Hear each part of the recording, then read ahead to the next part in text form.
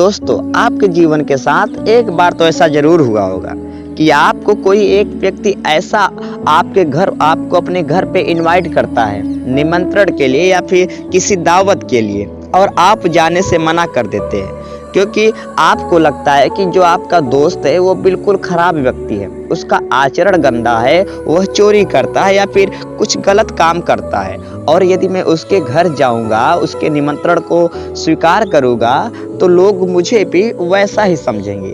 तो क्या यह बात सही है और हमें नहीं जाना चाहिए? इसके बारे में हम थोड़ा सा एक कहानी के माध्यम से समझेंगे, जिसके सुनने के बाद आपके मन से ये प्रश्न बिल्कुल हट ही जाएगा कि ऐसे दोस्त जो थोड़ा सा उसका आचरण खराब है, वह चोर है या फिर ऐसे कुछ गलत काम करता है, यदि वह प्यार से बुलाए तो उसके घर जाएं कि न जाएं। तो साथियों, भगवान बुद्ध भ्रमण करते हुए वैशाली नगर के वन विहार में पहुंचे। उनके आगमन का समाचार पूरे नगर में फैल गया।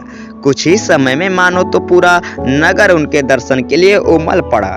बड़े व्यापारी, शिक्षाविद, समाजसेवी, अधिकारी और राज परिवार से जुड़े कई वरिष्ठ भी वहां पहुंचे। सभी की भावना थी कि तथागत बुद्ध अपने शिष्यों सहित उनके निवास पर पहुंचे एवं भोज का आमंत्रण स्वीकार करे। बुद्ध सभी के निवेदन को सुन रहे थे और स्वभावगत मुस्कान के साथ आमंत्रण का आभार व्यक्त कर रहे थे। तभी वैशाली की यात गणिका का अर्थ होता है वेश्या, आम्रपाली भी वहां पहुंची। वह बुद्ध की शिक्षा से प्रेरित होकर बहुत पहले ही अपनी गणिका वृत्ति यानी कि वेश्यावृत्ति त्याग चुकी थी। उसने भी बुद्ध को भोजन का आमंत्रण दिया। बुद्ध ने तत्काल उसे स्वीकार किया और अगले दिन भिक्षुओं सहित उसके घर आने की सहमति दे दी। बुद्ध के एक शिष्य को यह बात अच्छी नहीं लगी। इतने सारे वरिष्ठों के निवेदन के बावजूद बुद्ध ने आम्रपाली का आमंत्रण स्वीकार किया था। शिष्य की दृष्टि में आम्रपाली गणिका होने से घृणित कर्म से जुड़ रही थी। जब सभी लोग चले गए तब शिष्य ने पूछा, भगवान, इतने लोगों ने आपको न्योता दिया, फिर आपने आम्रपाली का ही आमंत्रण क्यों स्वीकारा? बुद्ध ने कहा, माना वह गणिका थी, लेकिन पश्चाताप की अग्नि में तपकर वह निर्मल हो चुकी है। यदि कोई व्यक्ति इस निर्मलता को प्राप्त कर ले तो वह उनसे भी श्रेष्ठ हो जाता है जो ऐसे किसी घृणित कर्म में लीन न रहे हो।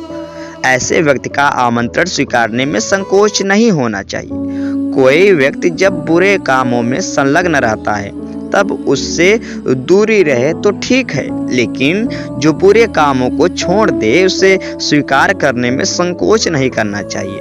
इससे उसकी अच्छाई की ओर बढ़ने की भावना को बल मिलता है। तो साथियों, इस कहानी से हमें एक चीज तो समझ में आ गई होगी, यदि कोई भी आपका दोस्त हो, कोई भी आपका रिश्तेदार हो, यदि वह गलत काम कर रहा हो तो बिल्कुल आप उससे दूर रहिए, लेकिन यदि वह गलत काम को छोड़कर एक अच्छा जीवन बिताने की कोशिश में लग गया हो तो जरूर उसका साथ दें। यदि वह प्रेम से बुलाए अपने घर तो जरूर जाइए, भले ही देश या समाज आपके बारे में कुछ भी सोचे, क्योंकि यदि आप ऐसा नहीं करेंगे तो हो सकता है कि वह फिर से उसी रास्ते को अपना ले।